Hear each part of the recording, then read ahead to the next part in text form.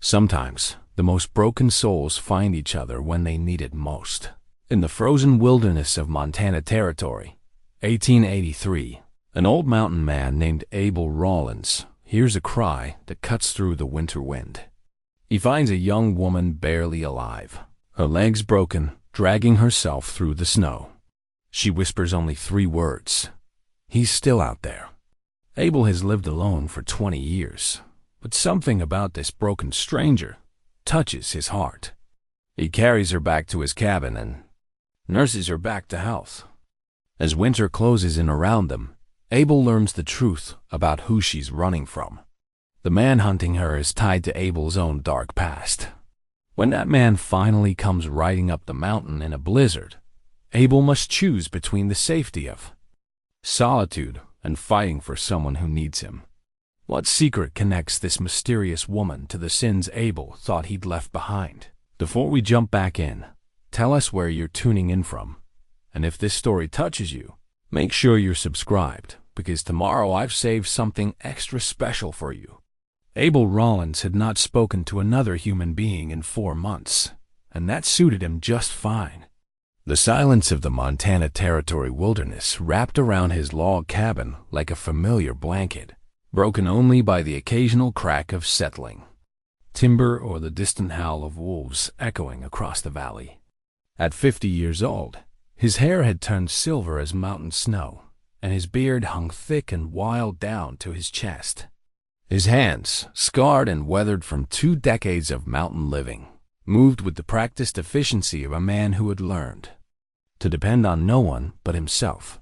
The cabin sat nestled in a grove of towering pines, positioned strategically where he could see anyone approaching from 3 directions while remaining hidden from casual view. Abel had chosen this spot carefully when he first arrived in 1863, fresh from the battlefields of the Civil War with memories that burned like brands in his mind. The one-room structure was solid, built to withstand the harsh mountain winters that could last from October to May. Thick chinked logs formed the walls, and a massive stone fireplace dominated one end, its chimney disappearing up through a roof of split cedar shakes. Inside, everything had its place and purpose. A narrow bed occupied one corner, covered with thick wool blankets and a bearskin he had taken himself 3 winters back. Shelves lined the walls, holding mason jars of preserved vegetables, smoked meat wrapped in oiled cloth, and various tools of his trade. His rifle hung above the fireplace on wooden pegs, cleaned and oiled, always ready. Beneath it sat a small tin box that he never opened anymore, though sometimes in the long winter evenings his eyes would drift to it before he forced himself to look away. The morning routine never varied. Abel rose before dawn, stoked the fire, and prepared coffee so strong it could wake the dead. He would sit at his rough-hewn table, sipping from a battered tin cup while planning the day's work. Check the trap lines first, always. The beaver and marten pelts were his only connection to the outside world, traded twice a year in the settlement of Helena for supplies he couldn't make or grow himself. Salt, gunpowder, coffee beans, and little else. He had long ago stopped wanting things he couldn't provide for himself. On this particular morning in late November, the first serious snow of the season had begun to fall during the night. Abel stepped outside into air so cold it stung his lungs, and surveyed his domain with the satisfaction of a man who had carved out his own small piece of the world. The snow crunched under his boots as he made his way to the lean-to, where he kept his snowshoes and winter gear. Today would be a long day on the trap lines, but the fresh snow would make tracking easier, and the cold weather meant the fur would be prime. He had not always been a hermit. Once, Abel Rawlins had been Lieutenant Abel Rawlins of the 5th Michigan Cavalry, a decorated officer who led men into battle and brought most of them home alive. Those days felt like someone else's life now, viewed through the distorting lens of time and regret. The uniform was long gone, but the military bearing remained in his straight back and alert, eyes that constantly scanned his surroundings for threats that might never come. The war had ended 18 years ago, but some battles never truly ended. They echoed in a man's dreams and haunted his waking hours, driving him to seek solitude where the ghosts couldn't follow. Abel had tried to return to normal life after Appomattox had attempted to settle in Detroit near his sister's family and find work that didn't involve killing other men. But the noise of the city, the crowds of people, the constant chatter and bustle had felt like an assault on his wounded spirit. Every sudden sound made him reach for a weapon that wasn't there. Every stranger's face reminded him of someone who hadn't come home. So he had headed west, following the railroad lines and wagon trails until they ran out. Then, continuing on foot into the wilderness, where a man could hear himself think. The mountains had welcomed him with their indifferent beauty, offering the kind of harsh honesty he craved. Out here, survival depended on skill and preparation, not on following orders that might send good men to meaningless deaths. Out here, the only life he was responsible for was his own. The trap lines stretched in a rough circle around his cabin, each trap positioned according to years of experience reading animal signs and weather patterns. Abel moved through the forest with the fluid grace of a predator, his snowshoes carrying him silently over the fresh powder. His eyes missed nothing: the scratch marks on a tree where a bear had passed, the delicate tracks of a fox investigating something that smelled interesting, the way the wind stirred the branches in patterns that told him a storm was building to the north. 3 traps held beaver, their thick pelts gleaming rich brown in the weak winter sunlight. Abel worked quickly and efficiently, resetting the traps and hanging the carcasses from his pack frame. The meat wouldn't go to waste. What he couldn't eat fresh would be smoked and stored for the lean months ahead. Nothing was wasted in this life. Everything served a purpose, had its place in the careful balance he had constructed between himself and the wilderness. By midday, he had worked his way around to the eastern edge of his territory, following Wolf Creek as it wound between granite outcroppings and stands of aspen whose bare branches rattled like bones in the increasing wind. The storm was definitely coming, and coming fast. Abel could feel it in the way the air pressure seemed to press against his eardrums, see it in the way the clouds built up black and heavy beyond the mountain peaks. He was thinking about heading home early when he heard it, a sound so faint he almost dismissed it as wind in the trees. But Abel's hearing had been sharpened by 20 years of solitude, and something about the tone made him pause. There it was again, carried on the gusting air. Not wind, not an animal call. Something else. Something human. Abel stood perfectly still, his breath forming small clouds in the frigid air, as he listened with the intensity of a man whose life had once depended on hearing the enemy before they heard him. The sound came again, weaker this time, but unmistakably the cry of someone in distress. A woman's voice, he thought, though distance and wind made it hard to be certain. Every instinct told him to turn around and head home. In 20 years, he had made it a point to avoid contact with other people whenever possible. Travelers occasionally passed through the area, and Abel had become expert at remaining unseen until they moved on. Other people brought complications, questions, expectations he was not prepared to meet. Other people reminded him of everything he had left behind and could never reclaim. But the cry came again, weaker still, and Abel found his feet carrying him toward the sound despite his better judgment. Perhaps it was the military training that had been drilled into him so long ago: never leave a fallen comrade on the field. Perhaps it was simply the recognition that whatever human being was out there in the wilderness would surely die if left alone in the coming storm. Whatever the reason, Abel Rawlins began moving toward trouble for the first time in 20 years. The snow was falling harder now, large wet flakes that clung to his beard and reduced visibility to a few dozen yards. Abel followed Wolf Creek upstream, stopping frequently to listen for another cry that would guide him in the right direction. The wind was picking up, moaning through the pines with a sound like mourning. and he began to worry that he might have imagined the whole thing. Out here, a man's mind could play tricks on him, especially when the isolation grew as thick as winter ice. Then he saw the tracks. They were barely visible in the new snow, already partially filled in, but unmistakably human. Small boots, a woman's size, but the gait was all wrong. Instead of the regular pattern of someone walking, these tracks showed signs of dragging, of someone pulling themselves along the ground. Dark spots stained the snow at irregular intervals, and Abel's stomach tightened as he realized what he was seeing.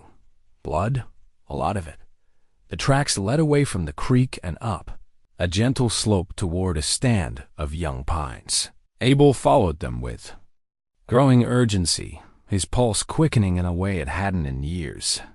Whoever had made these tracks was badly hurt and wouldn't survive long in this weather. The temperature was dropping fast as the storm moved in, and darkness would fall early with these heavy clouds. He found her in a small clearing, and the sight stopped him in his tracks.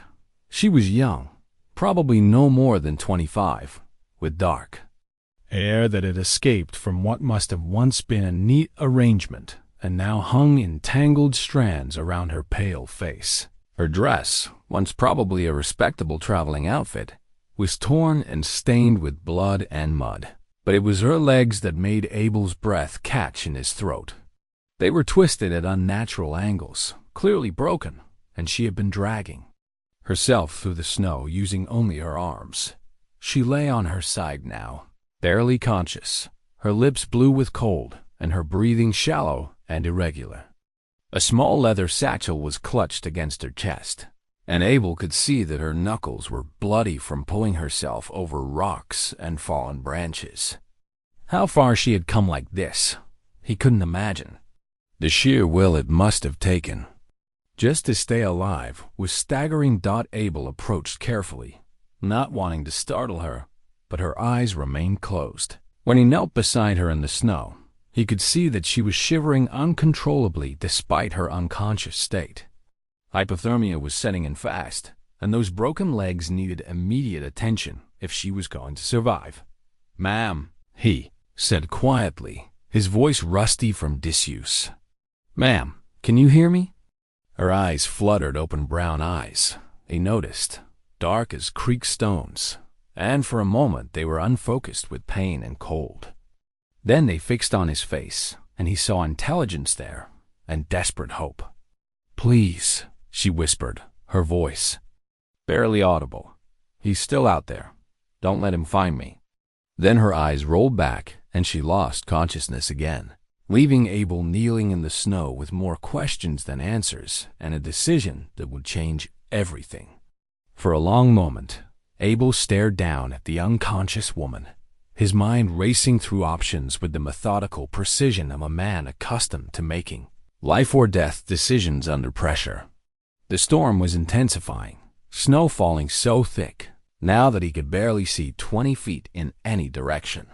The wind carried the sharp bite of a true blizzard, the kind that could dump 3 feet of snow and keep a man trapped in his cabin for days.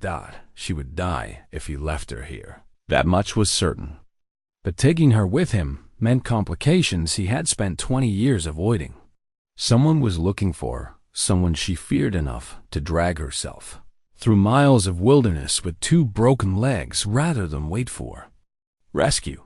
That kind of desperation spoke of danger that might follow her straight to his doorstep. Abel's hands made the decision before his mind finished weighing the consequences. He shrugged off his pack and quickly assessed her injuries in the fading light. Both legs were badly broken, the left one showing bone through a tear in her dress. She had lost a significant amount of blood, and her skin was waxy pale with the telltale signs of shock and exposure. How she had stayed conscious long enough to get this far was beyond his understanding. Working with the efficiency born of battlefield experience, Abel pulled his emergency supplies from his pack. He had a small flask of whiskey, clean cloth for bandaging, and lengths of rope that could serve as splints. It wasn't much, but it would have to do until he could get her back to the cabin where his real medical supplies waited. The whiskey went first between her lips, just a few drops to help with the pain when she regained consciousness. Then he began the delicate work of straightening her legs enough to splint them for transport.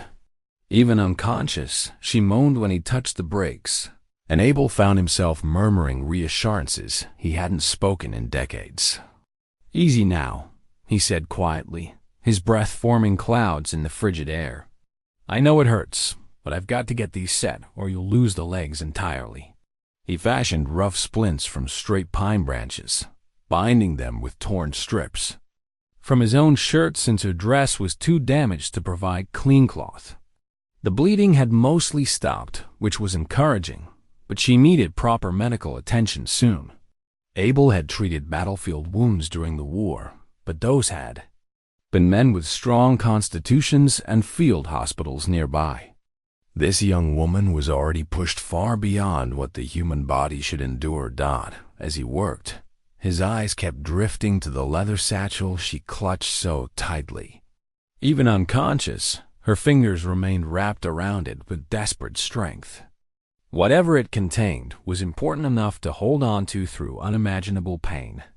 Important enough, perhaps, to explain why someone was hunting her through the wilderness.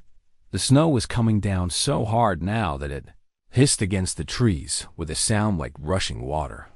Abel needed to move fast if they were going to make it back to the cabin before the trail became impassable. He rigged a crude travois using pine branches and rope, then lined it with his own coat to cushion the journey ahead. Every movement jostled her broken bones, but there was no helping that. "I'm sorry," he whispered as he lifted her onto the makeshift stretcher. "This is going to hurt something fierce, but it's the only way." She stirred as he began to move, her eyes opening to focus on his face with startling clarity despite her condition. "Don't," she gasped, trying to push herself up. "He'll follow the tracks. He'll find your home." Abel paused, struck by her concern for his safety even in her desperate state. "Ma'am, you'll die if I leave you here. And this storm will cover our tracks soon enough." "You don't understand," she said, gripping his arm with surprising strength. "He won't stop. He'll never stop looking. Then we'd better make sure he doesn't find you." Abel's voice carried a note of steel that hadn't been there in 20 years. "What's your name?" She hesitated, and he could see her calculating how much to reveal. "Nora," she said finally. "Nora Campbell." Abel nodded, filing the name away along with his questions about why she had hesitated before giving it. "Well, Nora Campbell, I'm Abel Rawlins, and you're safe now. But we need to get moving before this storm gets any worse." The journey back to the cabin took twice as long as usual, with Abel stopping frequently to check on his passenger and clear snow from the makeshift runners of the travois. Nora drifted in and out of consciousness, sometimes lucid enough to warn him about obstacles in their path, other times lost in fevered mutterings about someone named Marcus and pleas for forgiveness that made Abel's chest tighten with recognition. He had heard that tone before, in field hospitals and around campfires when wounded men wrestled with memories they couldn't escape. Whatever had happened to this woman, it had left scars deeper than the physical injuries he could see by the time they reached the cabin. Full darkness had fallen, and the storm was howling with the fury of a living thing. Abel managed to get the door open and dragged the travois inside, then quickly stoked the fire to blazing life. The sudden warmth made Nora cry out as feeling returned to her frozen limbs, and Abel winced in sympathy that his medical supplies were limited. But serviceable whiskey for disinfectant, clean cloth for bandages, needle and thread for suturing, and a collection of herbs he had learned to use from a Blackfoot medicine man years earlier. More importantly, he had experience treating trauma, even if it had been a long time since he had needed those skills. Abel heated water and cleaned her wounds as gently as possible, noting that the breaks were clean rather than compound fractures. That was good luck. She would heal, given time and proper care. but the blood loss and exposure had weakened her dangerously. And infection was always a risk in the wilderness. As he worked, Nora slipped in and out of delirium, sometimes crying out in fear, other times trying to push him away. Through it all, she never released her grip on that leather satchel, even when Abel needed to move her arms to tend her injuries. "It's all right," he murmured, the way he had once comforted wounded soldiers. "You're safe here. Nobody's going to hurt you." But even as he spoke the words, Abel found himself glancing toward the door and windows, his old instincts stirring to life after years of dormancy. Someone had done this to her, someone she feared so much that she would risk death rather than face capture. And if that someone was still out there looking, then Abel's carefully constructed solitude was about to become something far more complicated. Outside, the wind shrieked around the cabin with a sound like fury itself, and Abel couldn't shake the feeling that the storm was not just weather, but an omen of troubles yet to come. He had spent 20 years avoiding exactly this kind of situation, but now found himself committed to protecting someone whose very presence might endanger them both. As Nora finally settled into exhausted sleep, her breathing shallow but steady, Abel sat back and studied her face in the firelight. She was younger than he had first thought, with delicate features that spoke of good breeding and education. Her hands, despite their current condition, were soft rather than calloused by hard labor. This was not a woman accustomed to wilderness survival, which made her desperate flight even more remarkable. The leather satchel lay beside her on the bed, where it had finally slipped from her grip. Abel made no move to examine it. Whatever secrets it contained were hers to reveal when she chose. But he couldn't help wondering what could be so valuable that a young woman would risk everything to keep it from falling into the wrong hands. Outside, the storm continued its assault on the cabin, but inside, by the fire's warm glow, two people who had been alone for very different reasons had found each other in the wilderness. Neither knew yet how much that chance meeting would change both their lives, or what price they might have to pay for the choices they had made this night. 3 days passed before Nora was lucid enough to stay awake for more than a few minutes at a time. Abel spent those days moving between patient care and nervous vigilance, watching the tree line for any sign of pursuit, while tending to her injuries with the careful attention of a man who understood that her survival now depended entirely on his skills. The storm had been a blessing in that regard, dumping nearly 4 feet of snow and erasing any tracks that might have led unwanted visitors to his door. But it also meant they were truly isolated now, cut off from the outside world until the spring thaw made travel possible again. Whatever problems had driven Nora to his cabin, they would have to be resolved here, between these log walls, with only each other for company. Abel had established a routine that kept him busy and distracted from the strangeness of having another person in his sanctuary. Every few hours, he would check her temperature, change her bandages, and coax small sips of broth between her lips. He had moved his own bedroll to the floor near the fireplace, giving her the comfort of the bed while he made do with blankets and the warmth of burning logs. The medicine pouch hung from a nail beside the bed, its contents carefully cataloged in his mind.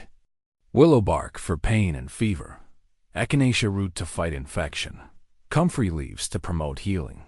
He had learned these remedies from Joseph Running Bear during his second winter in the mountains, trading whiskey and ammunition for knowledge that had saved his own life more than once.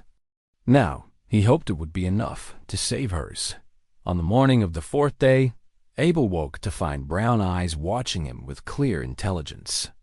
Nora was propped up slightly on the pillows he had arranged, her color better than it had been since he found her. The fever had broken some time during the night, and though she was still weak, the immediate danger seemed to have passed. "Good morning," he said quietly, setting down the coffee cup he had been nursing. "How are you feeling?" "Like I was trampled by a cavalry regiment," she replied, and her voice was stronger too, but alive which I have you to thank for." Abel nodded acknowledgment and busied himself with preparing a bowl of the venison broth he had been feeding her. "You were in pretty bad shape when I found you. Those breaks are going to take time to heal properly." "How long?" The question carried more weight than simple curiosity about her recovery time. 6 weeks, maybe 8, before you can put weight on them. Longer before you could manage any real distance on foot. Abel met her eyes steadily. "Spring, most likely, before travel becomes practical again." He saw her process this information, watched emotions play across her face: relief, worry, resignation. "I'm sorry," she said finally. "I never meant to bring my troubles to your doorstep." "What troubles would those be?" Abel asked gently, settling into the chair he had pulled beside the bed. "You mentioned someone was still out there. Someone hunting you." Nora was quiet for a long moment, her fingers absently stroking the leather satchel that never left her side. Abel had noticed that even in her delirium, she had always kept one hand on it, as if it contained something more precious than life itself. "My husband," she said finally, the words coming out like pulled teeth. "Marcus Blackwood. He'll be looking for me." Abel felt a chill that had nothing to do with the mountain air. The name meant nothing to him, but the way she said it, with a mixture of fear and revulsion, that spoke volumes about the marriage she had fled. "What did he do to you?" The question came out rougher than he intended. Nora's laugh held no humor. "What didn't he do?" "Marcus is a man who believes wives are property, no different from horses or cattle. When I tried to leave the first time, he made sure I understood the consequences of defiance." She pushed back the sleeve of the clean shirt Abel had dressed her in, revealing scars on her wrists that spoke of repeated binding. The broken legs weren't the worst of it, just the most recent. Abel felt a familiar anger stirring in his chest, the same rage that had once driven him to put himself between bullets and the men under his command. "How did you get away?" "Luck, mostly. Marcus was meeting with some business associates in town, men who prefer their dealings private. I knew he'd be gone most of the day, so I took my chance." Her voice grew softer. "I didn't plan to get thrown from my horse. I was trying to reach the railroad station in Helena when my mount spooked at a snake. Next thing I knew, I was lying at the bottom of a ravine with legs that wouldn't work anymore." "So you crawled." Abel's respect for her grew with each word. "How far?" "I don't know exactly. Miles. It took me 2 days to reach the creek where you found me." She met his eyes with a steady gaze. "I would have died out there if not for you." "What's in the satchel?" Abel asked, nodding toward the leather bag she still clutched protectively. "Must be important, the way you hold on to it." Nora hesitated, then slowly opened the bag and withdrew a small photograph, a daguerreotype of a young child, perhaps 3 years old, with dark hair and serious eyes. "My daughter, Emma. Marcus took her from me when I tried to leave the first time. Said I'd never see her again if I didn't behave." The pieces fell into place for Abel. "She's why you ran. Marcus sent her away to his sister in San Francisco. I have the address, some money I managed to hide away over the years. I was going to take the railroad west and get her back." Tears gathered in her eyes. "Now I don't know if I'll ever see her again." Abel studied the photograph, seeing the resemblance between mother and child in the stubborn set of the jaw and the intelligent eyes. "You will," he said with quiet conviction. "When you're healed, when spring comes, we'll figure out a way to get you to California." "We?" Nora's voice held surprise. "Why would you help me? You don't even know me." Abel was quiet for a moment, considering the question himself. Why was he willing to risk his carefully guarded solitude for a stranger? "Maybe I'm tired of hiding," he said finally. "Maybe it's time I remembered what it feels like to fight for something worth saving." Outside, the wind had died down and weak winter sunlight filtered through the cabin's single window. Abel rose and looked out at the pristine snow that covered his small clearing, noting the tracks of rabbits and deer that had emerged to forage now that the storm had passed. His traps would need checking soon, and his wood supply was running lower than usual with the extra person to keep warm. But for the first time in 20 years, Abel Rawlins didn't mind the thought of extra work. Having someone to care for, someone who depended on him, awakened something he had thought buried forever. It felt dangerous and unfamiliar, but also strangely right. "Rest now," he said, turning back to Nora. "Your body needs time to heal, and we have all winter to plan what comes next." As he watched her eyes drift closed, Abel found himself thinking about the future in a way he hadn't in decades. The present had always been enough survival, solitude, the simple routine of mountain living. But now there was something else to consider, someone else whose dreams and fears had become entangled with his own. The days settled into a rhythm that surprised Abel with its naturalness. Each morning, he would check Nora's progress while coffee brewed over the fire, pleased to see color returning to her cheeks and strength growing in her voice. The breaks were healing cleanly, though she would be bedridden for weeks yet. To pass the time, he had whittled a chess set from pine scraps, teaching her the game during the long winter evenings. "Your move," Nora said, studying the board with the concentration she brought to everything. They sat by the firelight, the chess set balanced carefully on a makeshift table Abel had built from a wooden crate. Abel considered his options, noting how quickly she had learned not just the rules, but the strategy behind them. "You're a fast learner," he observed, moving his knight to threaten her queen. "Where did you get your education?" "My father insisted on tutors, even for daughters. He said ignorance was the greatest poverty." A shadow crossed her face. "He would have hated what I became." "What you became was a woman strong enough to drag herself through miles of wilderness to save her child," Abel said quietly. "That's not something to be ashamed of." Nora moved her queen to safety and captured his bishop in the process, a small smile playing at her lips. "Checkmate in 4 moves," she announced. Abel studied the board more carefully and realized she was right. "How did you see that when I didn't?" "Sometimes when you're trapped for a long time, you learn to think several moves ahead. It becomes a matter of survival." She began setting up the pieces for another game. "Tell me about your life before this place. You mentioned military service." It was Abel's turn to hesitate. He had revealed nothing of his past beyond the basic medical skills that had saved her life. But the quiet intimacy of their situation was wearing down walls he had spent 20 years building. "5th Michigan Cavalry," he said finally. "I served 4 years, came out here afterward. The war changed you." It wasn't a question. It changed everyone who survived it.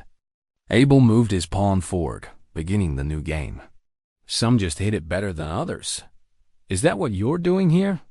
Hiding?" The question was gentle but direct, and Abel found himself answering with an honesty that surprised him. "At first, maybe. Now I'm not sure what I'm doing anymore." They played in comfortable silence for a while, the only sounds the crackle of the fire and the occasional groan of settling timbers. Outside, wind whispered through the pines, but inside the cabin felt like its own small world, separate from the harsh realities beyond the walls. "I had a brother," Abel said suddenly, the words emerging without conscious decision. "Thomas, 2 years younger than me, but twice as brave. He followed me into the army, said he wanted to serve alongside his big brother." Nora waited, sensing there was more to come. "He died at Cold Harbor," Abel continued, his voice steady but distant. "Took a bullet meant for me and bled out in my arms while I tried to hold his insides together." He moved his rook without really seeing the board. "I've been trying to make sense of that ever since." "Survivor's guilt," Nora said softly. "I know something about that myself."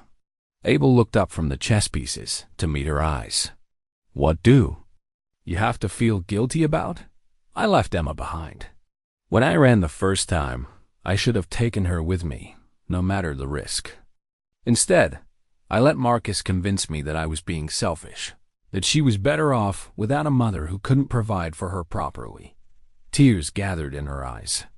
3 years she's been without me because I was too afraid to fight for her the first time. You're fighting for her now, Abel pointed out. That's what matters. Is it enough? By the time I reach California, she'd be 6 years old. She might not even remember me. Abel reached across the table and covered her hand with his own, the first deliberate physical contact between them since he had carried her to safety. Children don't forget their mothers. Not the important things. The touch sent an unexpected warmth through both of them, and for a moment, the air in the cabin seemed charged with possibility. Then Nora pulled her hand back gently, and Abel cleared his throat and focused on the chessboard again. "We should probably get some sleep," he said. "Your body needs rest to heal properly." But neither of them moved to end the game. Instead, they continued playing by firelight, each lost in thoughts of the growing connection between them and what it might mean. Abel found himself watching her face in the flickering light, noting the way she bit her lip when concentrating, and the small sound of satisfaction she made when she saw a winning move developing. "Abel," she said during their third game of the evening, "what you said earlier about fighting for something worth saving, what did you mean?" He was quiet for a long moment, considering how much to reveal. "I spent 20 years running from who I used to be. Maybe it's time I remembered that some things are worth the risk of caring about them." The weight of unspoken meaning hung between them, heavy as the snow outside. Both knew they were talking about more than just her eventual journey to California. But neither was ready to name what was developing in the close confines of the cabin. "I care about you too," Nora said simply. "More than I should, considering we're practically strangers." "Are we?" Abel asked. "Strangers, I mean. Sometimes I feel like I've known you longer than 3 weeks. That's what shared danger does," she said with a smile. "It strips away the polite pretenses and shows you who people really are underneath." A log shifted in the fire, sending sparks up the chimney and casting dancing shadows on the walls. Abel banked the coals for the night while Nora prepared for sleep. Their movements around each other natural and unforced, despite the small space dot. As Abel settled into his bedroll on the floor, he listened to Nora's breathing gradually slow and deepen. For the first time in 20 years, he was sharing his shelter with another person, and instead of feeling trapped or crowded, he felt complete in a way he hadn't experienced since before the war. Outside, a wolf howled somewhere in the distance, a lonely sound that would have once seemed to echo his own isolation. Tonight it sounded different, not lonely, but wild and free, the voice of something that had found its place in the world and was claiming it without apology. January arrived with a cold so bitter it made the logs crack like gunshots in the night. Abel had been checking his trap lines when he noticed them boot prints in the snow, too fresh to be his own, and following a path that would give anyone walking it a clear view of his cabin. Someone had been watching, studying his routine, learning the lay of the land. He stood perfectly still among the pines, his breath forming crystals in the air as he examined the tracks more closely. 2 men, he estimated from the size and spacing of the prints. They had approached from the south, moving carefully to avoid the clearing where they might be seen from the cabin windows. Professional work, the kind of caution that came from military training or long experience hunting dangerous prey. Abel's hand instinctively moved to the brass compass that hung from his belt, a habit from his war days when the small instrument had guided him through enemy territory more times than he could count. The familiar weight of it grounded him as his mind shifted into the tactical thinking that had kept him alive through 4 years of cavalry raids and reconnaissance missions. The tracks were maybe 6 hours old, made before dawn when Abel would have been inside tending the fire and preparing breakfast. Whoever had made them knew his routine well enough to time their reconnaissance for when they wouldn't be observed. That suggested they had been watching for days, maybe weeks, studying his movements and learning his patterns. He followed the trail backward, moving with the silent efficiency of a man who had once tracked Confederate scouts through Virginia forests.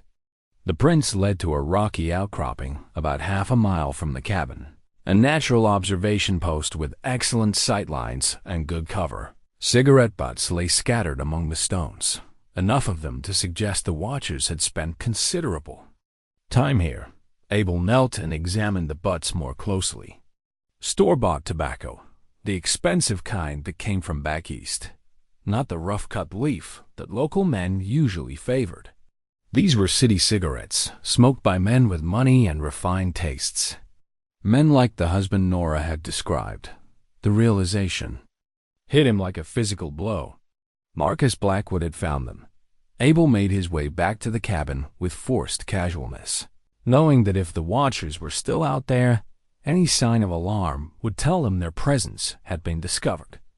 But inside, his mind was racing through tactical assessments and offensive preparations with the clarity of thought that had once made him one of the most effective cavalry officers in the Cadiz. Union Army. Nora looked up from the book she was reading when he entered, noting immediately that something had changed in his demeanor. "What's wrong?" she asked, setting aside the volume of poetry he had found tucked away in his belongings. "We have visitors," Abel said quietly, moving to the window and adjusting the curtains so he could see out without being observed. "Oh, we will soon." Her face went pale. "Marcus, someone's been watching the cabin. Professional work, they know what they're doing." Abel checked the loads in his rifle and pistol, movements automatic and efficient. "How many men does your husband usually travel with?" "2 or 3. His foreman, Garrett Mills, and whatever hired guns he can afford." Nora struggled to sit up straighter despite her healing legs.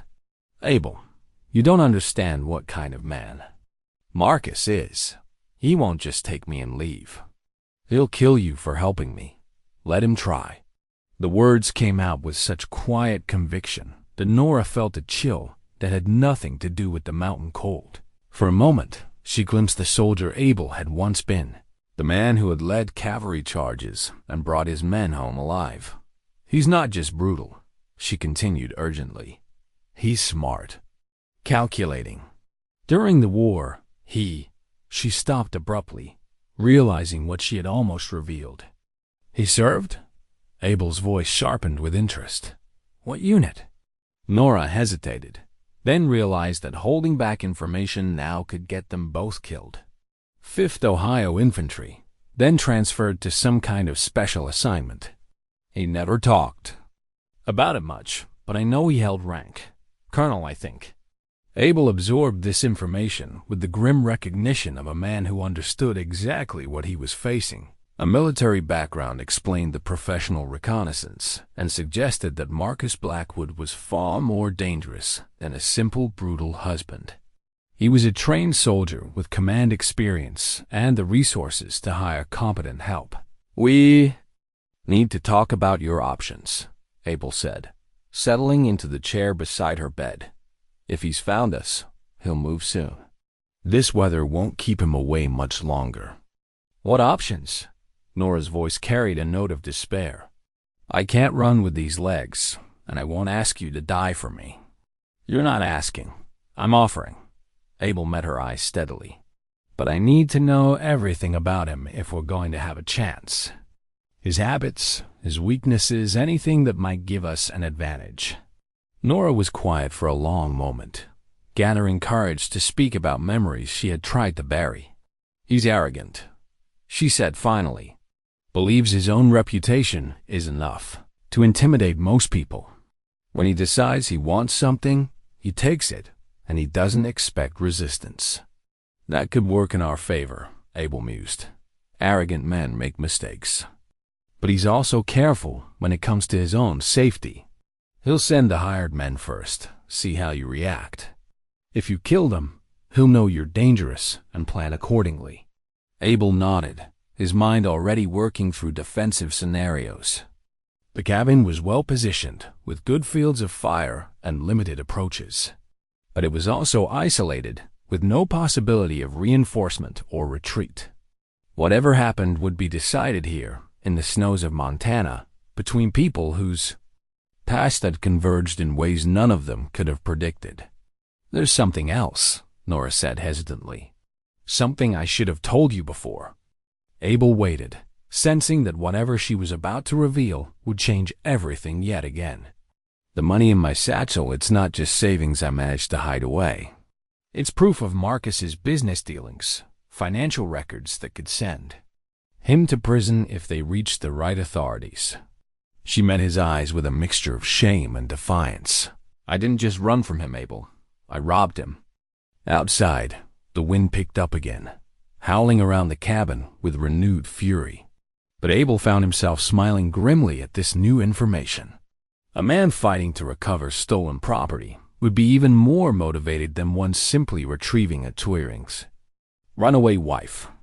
But it also gave them leverage they hadn't had before, and suggested that Marcus Blackwood had secrets of his own that he couldn't afford to have exposed.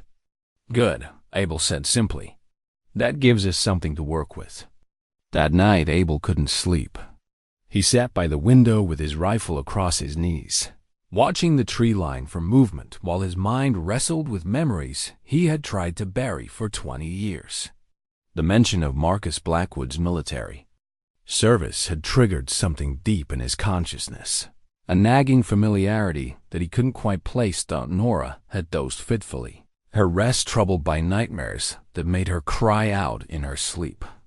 When she woke for the third time, Abel was there beside the bed with a cup of chamomile tea, his weathered face gentle with concern. "The dreams again?" he asked softly. She nodded, accepting the warm cup gratefully. "They're getting worse. Being trapped here, knowing he's coming. It brings back all the nights I lay awake, listening for his footsteps in the hall." Abel settled back in his chair, noting how her hands trembled slightly around the cup. "Tell me about the worst night," he said. "Sometimes talking about it helps take away its power." Nora was quiet for a long moment, steam from the tea curling between them like incense. "It was after I tried to leave the first time. He caught me at the train station in Billings, dragged me home in front of half the town. That night, she stopped, unable to continue. "He hurt you," Abel said simply. "He broke my wrist. Said it was to remind me what happened to possessions that tried to run away." Her voice was barely a whisper. "Then he locked me in the cellar for 3 days without food or water. Said he was teaching me gratitude for the home he provided." Abel felt the familiar rage building in his chest, the same fury that had once driven him to single-handedly charge a Confederate artillery position when he saw them firing on surrendering Union soldiers. Some things could not be tolerated, could not be forgiven. "There's something I need to tell you," he said suddenly, reaching beneath his bed for a small wooden box he hadn't opened in years. "About my brother Thomas and why I really came to these mountains." The box contained the few mementos Abel had kept from his military service, a faded photograph of his cavalry unit, a letter from his commanding general, and a bundle of correspondence tied with a black ribbon. He selected one letter and handed it to Nora, his face grave in the firelight. "Read the signature," he said quietly. Nora's eyes widened as she scanned the bottom of the page. "Colonel Marcus Blackwood, 5th Ohio Infantry." She looked up at Abel with dawning horror. "You knew him during the war." "He was my commanding officer for 6 months in 1864, Abel said, his voice heavy with old pain. "Thomas and I served under him during the Shenandoah campaign. What happened?" Abel took the letter back and stared at it for a long moment, as if the yellowed paper held answers to questions that had haunted him for decades. Blackwood ordered an assault on a Confederate supply depot near Cedar Creek. Intelligence said it was lightly defended. But when we got there, it was a trap. Rebel cavalry waiting in the woods, artillery positioned to catch us in a crossfire. He paused, lost in the memory of that terrible day. We should have withdrawn when we saw the setup, but Blackwood ordered the charge anyway. Sighed we couldn't look weak in front of the enemy. 27 good men died in that meadow, including my brother. Dear God, Nora whispered. Thomas took a Confederate saber in the chest, trying to rally the men when Blackwood turned tail and ran for the rear. I held him while he died, promising I'd make sure someone answered for the slaughter. Abel's hands clenched into fists. But when I tried to file charges, Blackwood had already been transferred to some special assignment. Word came down that the matter was classified, that I should forget what happened and focus on winning the war. The pieces fell into place for Nora with sickening clarity. That's why you came here. You were running from more than just war memories. I was running from the fact that I let my brother's killer walk away unpunished. 20 years I've been telling myself it didn't matter anymore, that the past was dead and buried. Abel met her eyes with blazing intensity. But it does matter. It's always mattered. Marcus never mentioned serving under another officer named Rawlins, Nora said thoughtfully. Do you think he remembers you? He will when he sees me.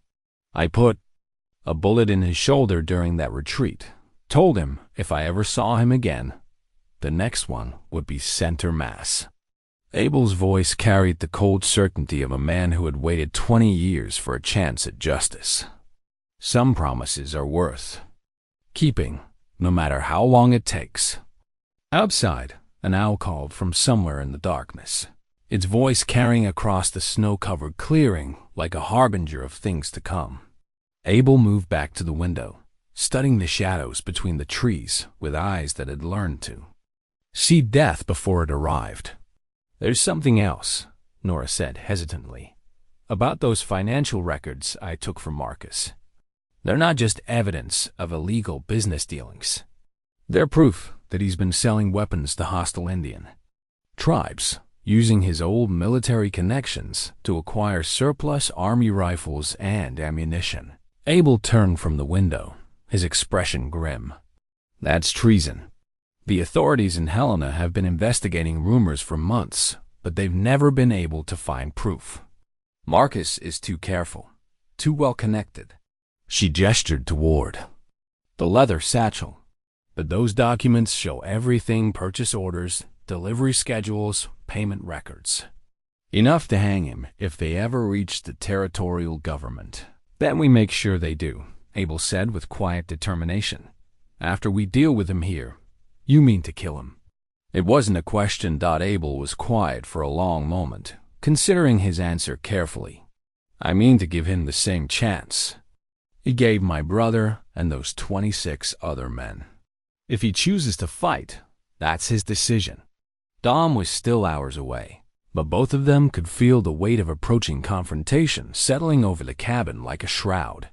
Outside, the wind had died to a whisper, and the silence seemed pregnant with possibility, both terrible and redemptive. Whatever happens, Nora said softly, I want you to know that these weeks with you have been the first time in years that I've felt truly safe. You gave me back something I thought I'd lost forever. What's that? Hope, she said simply. Hope that there are still good men in the world, and that sometimes justice finds a way to prevail. Abel reached across the space between them and took her hand, no longer caring about the boundaries they had so carefully maintained. Tomorrow would bring whatever fate had in store for them, but tonight they had each other, and that was enough. Abel discovered the wanted poster the next morning, nailed to a pine tree just beyond his normal patrol route where he couldn't miss it. The paper was crisp despite the mountain weather, suggesting it had been placed there recently. Perhaps? During the night, while he watched the cabin, he stared at the document with growing disbelief, reading and rereading the words that turned everything he thought he knew upside down. The poster bore an official territorial seal and offered a substantial reward for information leading to the capture of one Colonel Marcus Blackwood, wanted for treason, arms dealing, and the massacre of civilians at Bear Creek Reservation. But it was the physical description that made Abel's blood run cold. Age approximately 55. Height 6 feet 2 inches. Distinguishing scar on left shoulder from old bullet wound. The scar Abel had given him 20 years ago. According to the poster, Marcus Blackwood was not just Nora's abusive husband or even Abel's former commanding officer. He was a war criminal who had faked his own death after the Cedar Creek disaster, assumed a new identity, and spent the last 2 decades building a criminal empire in the Montana Territory. The weapons dealing Nora had mentioned was just the latest in a long string of atrocities that included selling rifles to hostile tribes and organizing raids on isolated settlements. Abel crumpled the poster in his fist, his mind reeling with the implications. Blackwood had let him believe all these years that justice would never come, that the man responsible for Thomas's death had simply disappeared into the chaos of a nation rebuilding itself. Instead, he had been here all along, growing rich off the blood of innocents, while Abel tormented himself with guilt and self-imposed exile. When he returned to the cabin, Nora took one look at his face and knew something fundamental had changed. "What is it?" she asked, struggling to sit up despite her healing legs. Abel handed her the poster without a word, watching her expression shift from confusion to horror as she read the charges against her husband. When she finished, her hands were shaking so badly she nearly dropped the paper. "Dear God," she whispered. "I knew he was cruel, but this selling weapons to raid settlements, organizing massacres. How many people have died because of him?" "Too many," Abel said grimly, "including my brother and those men at Cedar Creek." Apparently, that wasn't the first time Blackwood sacrificed his own soldiers for personal gain. Nora studied the poster more carefully, noting details that confirmed what she had long suspected about her husband's mysterious wealth and frequent absences. The Bear Creek Massacre, I remember Marcus being gone for a week around that time. When he came back, he had money, lots of it. Said he'd concluded a successful business deal. How many died at Bear Creek? 43, including women and children. The newspapers said it was an Indian raid, but there were rumors that the attackers had military-grade weapons and knew exactly where to strike for maximum damage. Her voice grew quieter. Marcus always seemed to know when those raids were coming. He'd make sure we were safely in town before anything happened. Abel felt the familiar rage building again, but this time it was tempered by something else. A cold, calculating fury that came from finally understanding the true scope of what he was facing. This wasn't just about personal revenge anymore. It was about justice for hundreds of victims and preventing future atrocities. "There's more," Nora said, pointing to a section of the poster Abel had missed in his initial shock. "Look at the issuing authority. This comes from the Territorial Governor's Office, signed by the Federal Marshal Service. They've been hunting him for months, which means they know he's in the area," Abel realized. This poster is bait, meant to flush him out or force him into making a mistake. "Or it's a trap," Nora said with growing alarm. "If Marcus has been evading federal marshals for months, he's got to be desperate. Desperate enough to take risks he wouldn't normally consider." As if summoned by their conversation, the sound of approaching horses drifted across the clearing. Abel moved quickly to the window, positioning himself where he could see without being observed. 3 riders were making their way up the trail toward the cabin, moving with the confident pace of men who believed they held all the advantages. "It's him," Nora said unnecessarily, recognizing her husband's distinctive profile even at a distance. "The other 2 are Garrett Mills and someone I don't recognize." Abel studied the approaching men with a soldier's eye for tactical assessment. Blackwood rode in the center, his bearing erect and commanding despite the years that had passed since their last encounter.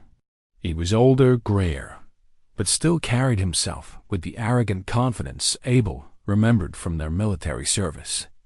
Mills flanked him on the left, a thick-set man with the look of someone who enjoyed violence for its own sake. The third rider was younger, probably hired muscle brought along for this specific job. "They're coming in bold," Abel observed. "No attempt at stealth or surprise. That's Marcus's way. He likes to intimidate first, see if he can win without a fight." Nora's voice carried the bitter knowledge of a woman who had endured years of psychological warfare. "He probably thinks you're just some mountain hermit who'll hand me over rather than face 3 armed men." Abel checked his weapons, one final time rifle loaded and ready, pistol loose in its holster, knife sharp enough to shave with. He's about to learn differently. The riders stopped just outside the clearing, close enough to be heard, but far enough away to avoid immediate gunfire. Blackwood dismounted and walked forward a few steps, his hands deliberately visible and empty. Gesture of a man confident in his own superiority. "Rawlins!" he called out, his voice carrying clearly across the snow. "Abel Rawlins. I know you're in there, you cowardly son of a bitch. 20 years I've been wondering if you were dead, or just hiding like the yellow dog you always were." Abel felt a moment of surprise that Blackwood had recognized him so quickly, followed by the realization that his former commander had probably been planning this confrontation far longer than either he or Nora had realized. "Come out and face me like a man," Blackwood continued. "Bring my wife with you, and maybe I'll make this quick. Keep hiding behind those logs, and I'll burn you out and make sure she watches you die slow." "He knows exactly who you are," Nora whispered, her face pale with growing understanding. "This isn't coincidence. He's been hunting both of us." Abel nodded grimly, pieces of a larger puzzle finally falling into place. The federal marshals must be closing in. He needs those documents you took, and he needs to eliminate anyone who can testify against him. "Two birds with one stone," Nora said. Revenge against the man who scarred him and recovery of the evidence that could hang him. Outside, Blackwood was growing impatient. "I'm going to count to 10, Rawlins. Then we come in shooting, and whatever happens to the woman is on your head." Abel moved to the door, his hand on the latch. 20 years of waiting were about to come to an end, one way or another. Justice would finally be served, or he would die trying to deliver it. "Stay down and stay quiet," he told Nora. "This ends today." Abel stood at the door for a long moment, his hand on the wooden latch while his mind shifted into the tactical thinking that had once made him one of the most effective cavalry officers in the Union Army. Through the small window, he could see Blackwood waiting with the practiced patience of a predator confident in his ultimate victory. "Before I open this door," Abel said quietly to Nora, "I need you to understand something. 20 years ago, I let that man walk away from justice because I was following orders and trying to be a good soldier. Today, I'm not following anyone's orders but my own." He moved to the wooden chest where he kept his most precious possessions, and withdrew his old cavalry saber, its blade still bright despite years of storage. The leather grip felt familiar in his hand, awakening muscle memory from 100 mounted charges and desperate melees in Virginia forests. "My God," Nora whispered, watching him strap on the weapon with movements that spoke of long practice. "You mean to fight him with steel?" "If it comes to that," Abel replied, checking the balance of the blade with a few experimental cuts through the air. "Some debts can only be paid in kind."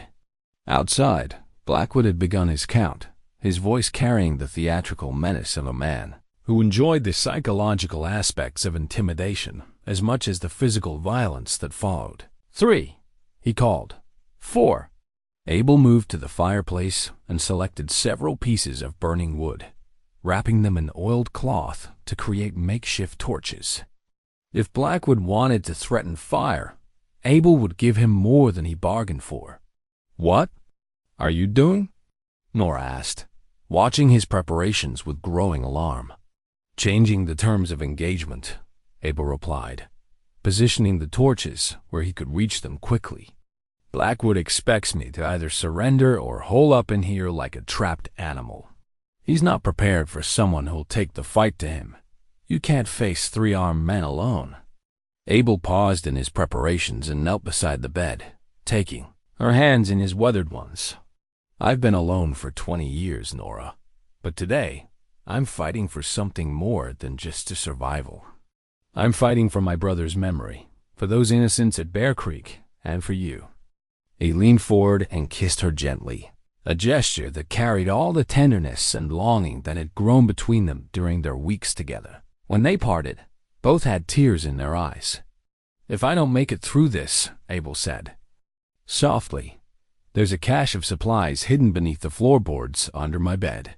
Enough food and ammunition to last until spring, when you can make your way to Helena and turn those documents over to the federal marshals. Abel, please." 7. Blackwood's voice cut through the air like a blade. 8. Abel rose and moved to the door, pausing only to look back at the woman who had given his life meaning again after so many years of empty solitude. "No matter what happens out there, remember that these weeks with you have been the best of my life." 9. Abel threw open the door and stepped out onto the wooden porch, his rifle held loose but ready, his presence radiating the quiet confidence of a man who had faced death many times and never backed down.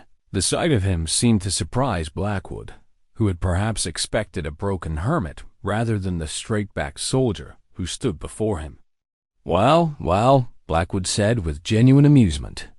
20 years in the wilderness haven't changed you much, have they, Rawlins? Still playing the noble hero, ready to throw your life away for someone else's cause." "Some causes are worth dying for," Abel replied evenly. "Though I notice you haven't learned that lesson yet." Blackwood's face darkened at the implied criticism. "You always were too self-righteous for your own good.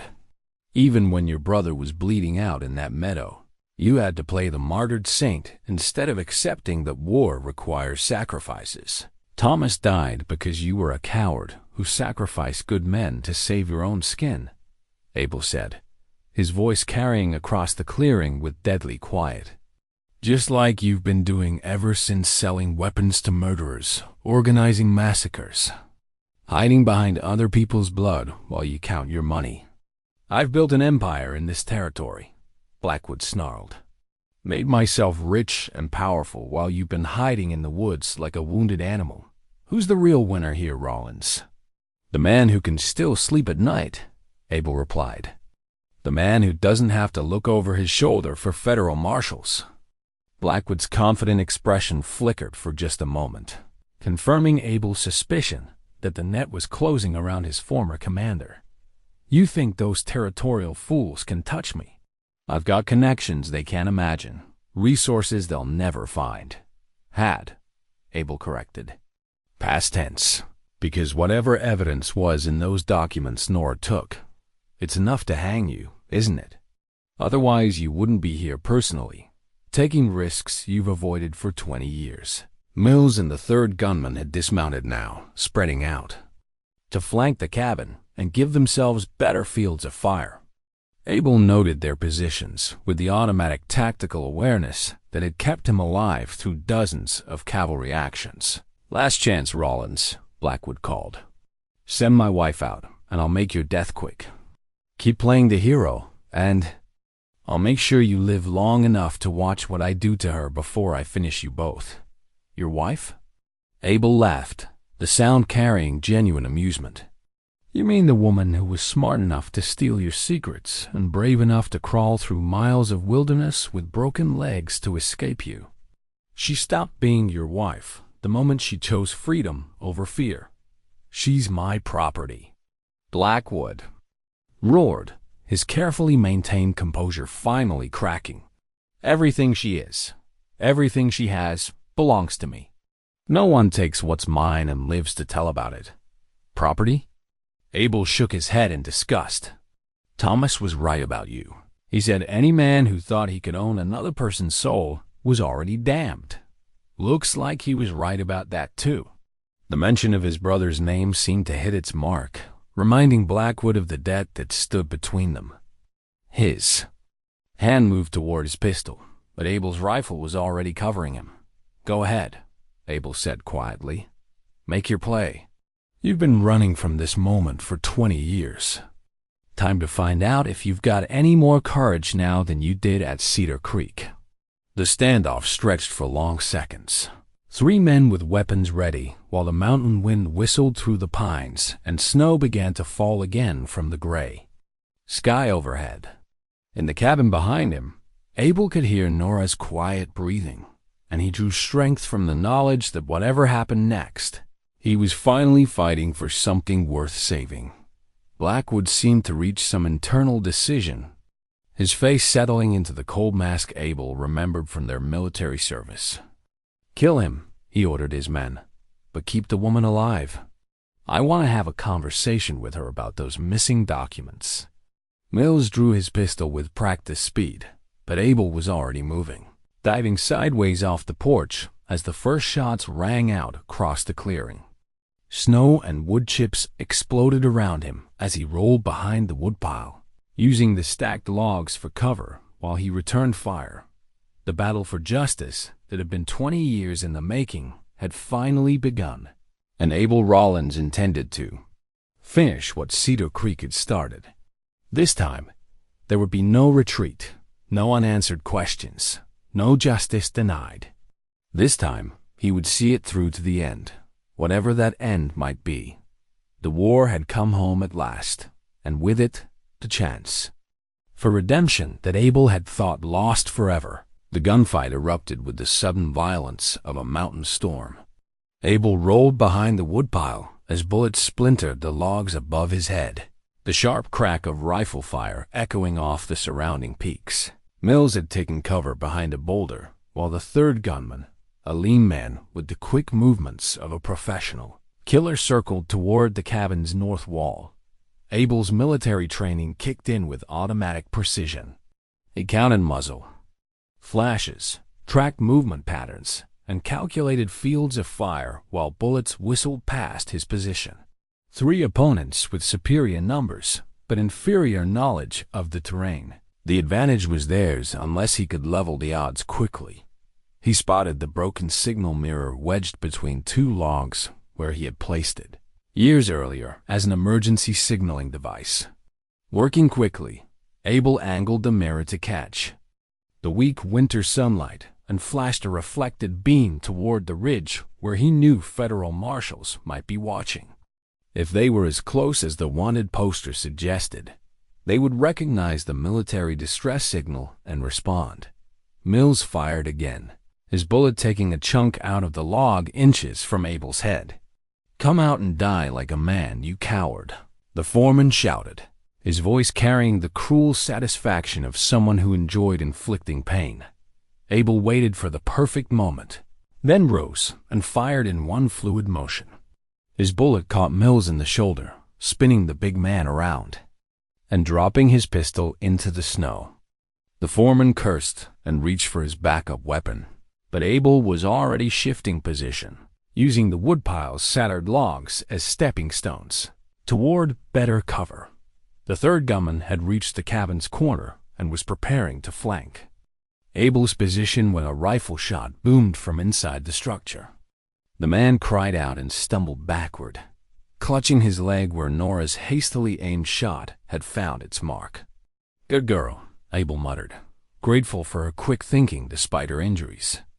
The woman had more courage than most soldiers he had known. Blackwood remained mounted, directing the action from relative safety while his hired guns did the dangerous work. The sight of his former commander's cowardice ignited Abel's fury, reminding him of Cedar Creek and all the good men who had died because Blackwood preferred to send others into danger rather than face it himself. Abel sprinted from the woodpile toward a fallen tree that would give him a better angle on Blackwood's position. Bullets tracked his movement, but his timing was perfect. 20 years of mountain living had honed his natural agility to a razor's edge. From behind the log, he had a clear shot at Blackwood. The range was long for a rifle, but Abel had made Harder shots during cavalry raids behind Confederate lines. He drew a breath, let half of it out, and squeezed the trigger with the smooth pressure that had been drilled into him by countless hours of practice. The bullet struck Blackwood's horse in the chest, sending the animal crashing to the ground and pinning its rider beneath its weight.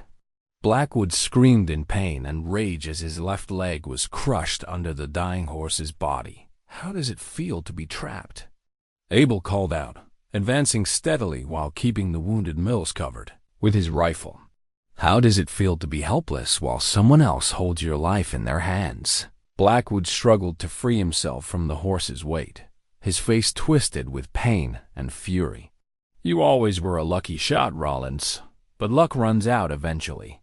"This isn't luck," Abel replied, closing the distance between them with predatory calm.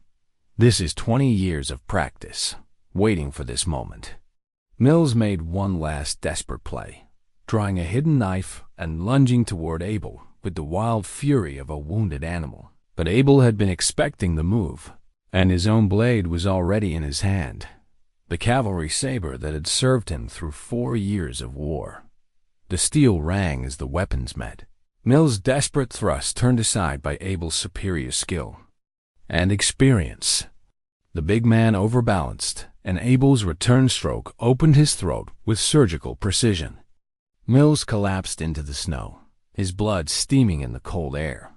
The third gunman, wounded in seeing his companions fall, threw down his weapon and raised his hands in surrender. "Don't shoot," he called out. "I'm done. This ain't worth dying." 4. Abel kept him covered while scanning the tree line for reinforcements, but the clearing had grown quiet except for Blackwood's labored breathing and the distant sound of approaching horses. The signal mirror had done its work. Federal marshals were finally closing in on their long-sought quarry. "It's over, Blackwood," Abel said, standing over his trapped former commander with the satisfaction of a man who had finally seen justice served. 20 years late, but over at last. Blackwood's eyes blazed with desperate fury as he realized his situation was hopeless.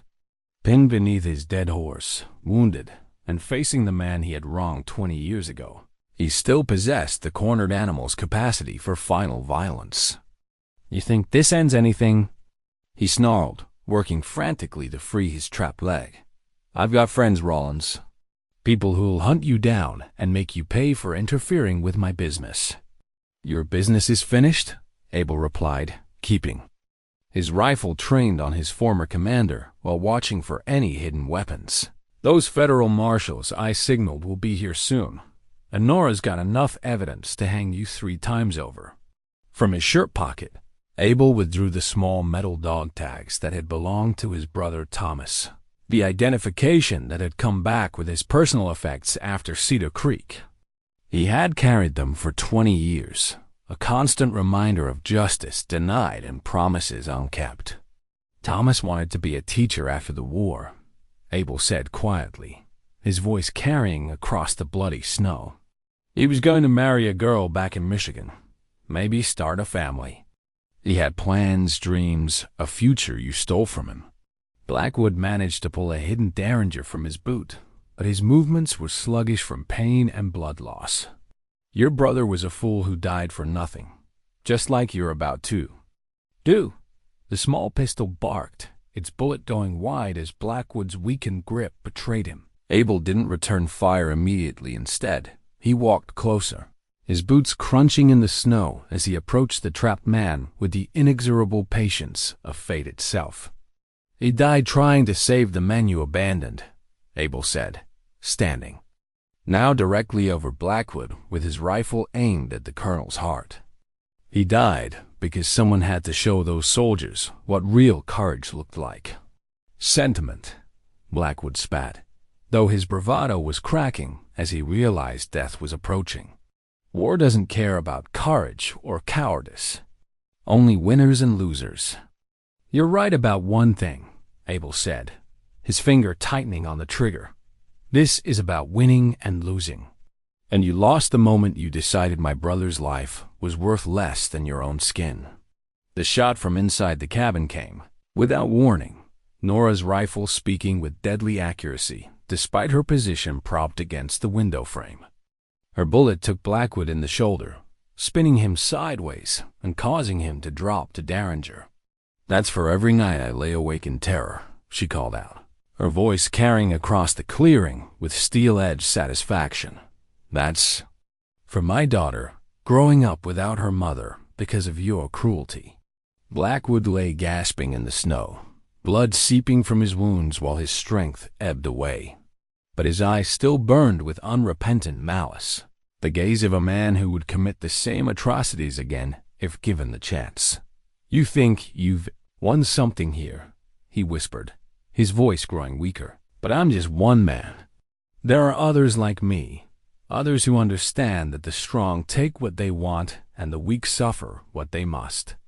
"Maybe," Abel said, kneeling beside his dying enemy, "but they'll have to do it without you." He reached into his pocket and withdrew the bundle of letters he had kept from his military service, including the last one Thomas had written to their sister before Cedar Creek. Abel had never been able to bring himself to deliver it, carrying the guilt of that failure along with all his other regrets. "My brother wrote this the night before you got him killed," Abel said, showing Blackwood the faded envelope. He said he was proud to serve under officers who valued their men's lives, who would never sacrifice good soldiers for personal gain. He looked directly into Blackwood's eyes. "He was wrong about you, but he died believing in something better. That's the difference between a good man and a monster." Blackwood tried to speak, but blood was filling his lungs now, reducing his words to wet gasps. Abel stood and stepped back, watching dispassionately as his brother's killer fought his final battle against an enemy that could not be defeated. The sound of approaching horses grew louder, and Abel could see riders emerging from the trees. Federal marshals wearing official badges and carrying warrants that would never now be served. Justice had been delivered by other hands, in the clean snow of a Montana clearing where the past had finally caught up with the present. "It's finished, Thomas," Abel said quietly, looking down at the dog tags in his palm. "He paid for what he did to you and all the others. You can rest now." As Blackwood's breathing stopped and his eyes went vacant, Abel felt a weight lift from his shoulders that he had carried for 20 years. The debt was paid, the promise kept, and the future stretched ahead with possibilities he had not dared imagine since the war ended. Behind him, the cabin door opened, and Nora called his name, her voice warm with relief and something deeper. Abel turned toward her, toward life, toward the chance at happiness that justice had finally earned them both. Spring came early to the Montana Territory that year, melting the snow and opening the mountain passes weeks ahead of schedule. By May, Nora could walk without assistance, though she still favored her left leg when the weather turned cold. Her physical healing had been matched by something deeper, a gradual return of the confidence and joy that Marcus Blackwood had tried so hard to destroy. Abel stood at the edge of the clearing where his cabin had been home for 20 years, watching. Nora packed the last of their belongings into the wagon he had purchased in Helena. The federal marshals had been generous with the reward money for Blackwood's capture, and the territorial government had officially cleared Abel of any wrongdoing in the shootout. More importantly, Nora's financial documents had led to the arrests of a dozen other men involved in the arms-dealing conspiracy. "Are you having second thoughts?" Nora asked, noting his contemplative expression as he surveyed the mountains that had been his refuge for so long. "No," Abel said, though his voice carried a note of melancholy for the simple life he was leaving behind. "This place served its purpose, but that purpose is finished now. It's time to move forward instead of hiding from the past."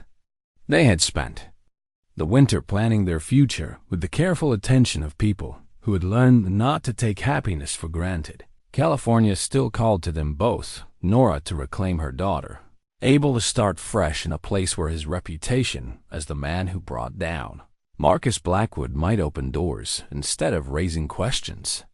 The morning of their departure, Abel performed one final ritual at the small grave marker he had erected for Thomas behind the cabin. He placed his brother's dog tags on the wooden cross, along with the last letter Thomas had written home, the one Abel had finally found the courage to deliver to their sister in person during a brief trip to Detroit.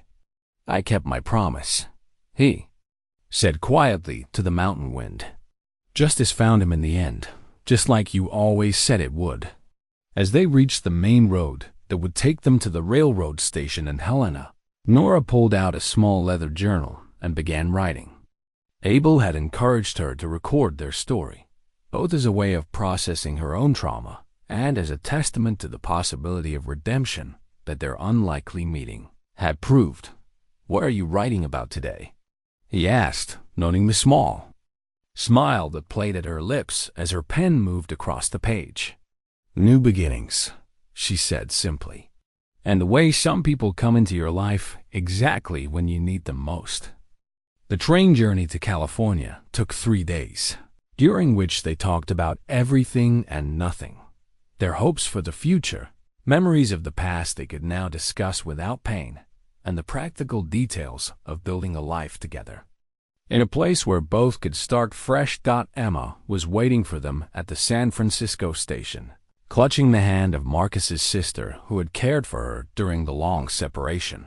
At 6 years old, she was tall for her age with dark hair and intelligent eyes that marked her unmistakably as Nora's daughter. The reunion was everything Abel had hoped it would be: tears and laughter and a kind of fierce embrace that spoke of love too strong to be broken by time or distance. "Mama?" Emma said shyly, studying Nora's face with the careful attention of a child, making sure her most important wish had really come true. "Are you staying this time?" "Forever," Nora promised, her voice thick with emotion. "We're going to be a family now, all 3 of us." Emma turned to Abel with the frank curiosity of childhood. "Are you my new papa?" Abel knelt to her level, his weathered face gentle with the kind of tenderness he had thought buried forever. "I'd like to be, if that's all right with you." The wedding took place 6 months later in a small church overlooking San Francisco Bay, with Emma serving as flower girl and the territorial governor himself attending as a gesture of gratitude for their role in exposing the arms dealing conspiracy. Abel had used his metalworking skills, learned during the war, to craft their wedding rings from the gold of his old military medal, transforming a symbol of past trauma into a promise of future happiness. They built their new life in the growing town of Sacramento, where Abel's reputation as a man of integrity helped him establish a successful gunsmithing business, while Nora taught school and wrote articles for the local newspaper about her experiences in the Montana wilderness. Emma thrived in her new environment, showing the same courage and intelligence that had helped her mother survive their darkest hours.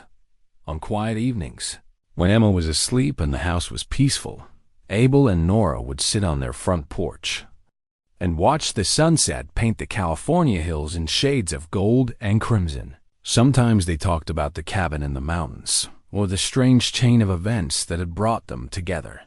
More often, they simply enjoyed the comfortable silence of 2 people who had found their way home at last. "Do you ever miss it?" Nora asked one evening, noting the way Abel's eyes sometimes drifted toward the distant mountains. "The solitude, the simple life?" Abel considered the question carefully, then shook his head with conviction. "That wasn't living," he said finally. "That was just existing. This," he gestured to encompass their home, their family, their shared future. "This is what life is supposed to be." As the stars emerged in the darkening sky, Abel thought about the letter he had written to his sister back in Michigan, telling her about his new family and the peace he had finally found. Some stories, he had learned, were worth the wait for their happy endings. The mountain man who had once believed himself beyond redemption had discovered that sometimes the most broken souls truly do find each other when they need it most. And that love, when it finally arrives, has the power to heal even the deepest wounds of the past.